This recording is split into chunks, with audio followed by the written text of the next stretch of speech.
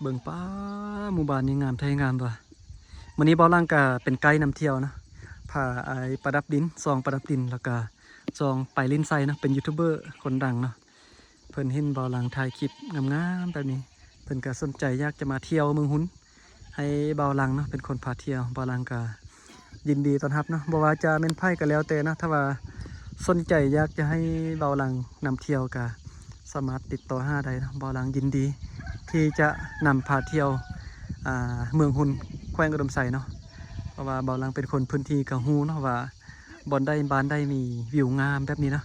เบาลังก็พาไปเที่ยวไปชมใครที่อยากถ่ายคอนเทนต์หรือว่ามักเที่ยวธรรมชาติบ้าน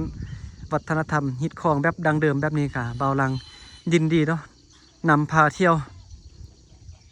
โอ้งามไล่บนนี้นะป่านรีสอร์ทบนนี้นะงามเนาะโอ้สุดยอดคุ้มค่ากับการเดินทางมาฮอดมาถึงเนาะผมไม่พี่น้องใครที่ติดตามซองชีวิตแบบเหล่าดังเดิมของเบาลังนี่บ่ผิดหวังแน่นอนเนาะเบาลังเก็บภาพบรรยากาศงามๆแบบนี้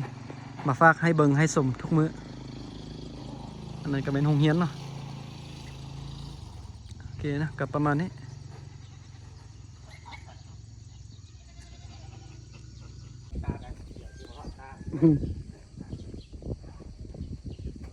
งาม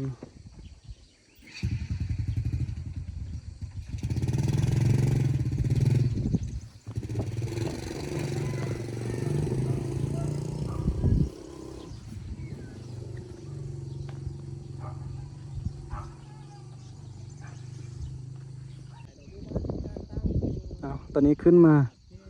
จอมดอยสุดเลยบนนี้ป้าลมพัดนี่เย็นขนาดบนนี้เนี่ยเนาะอันนั้นจะเป็นเส้นทางที่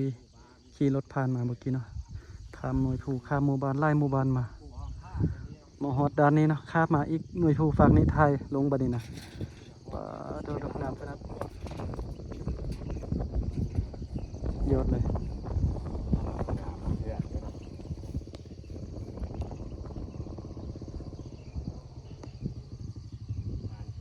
จะตั้งอยู่แบบนี้เนาะคุณเนาะทางดินแดงลงมาเนาะจะเป็นทางลงมามีหอมผูหอมผ้าอยู่นี่บรรยากาศสุดยอดเลยพี่น้องเลย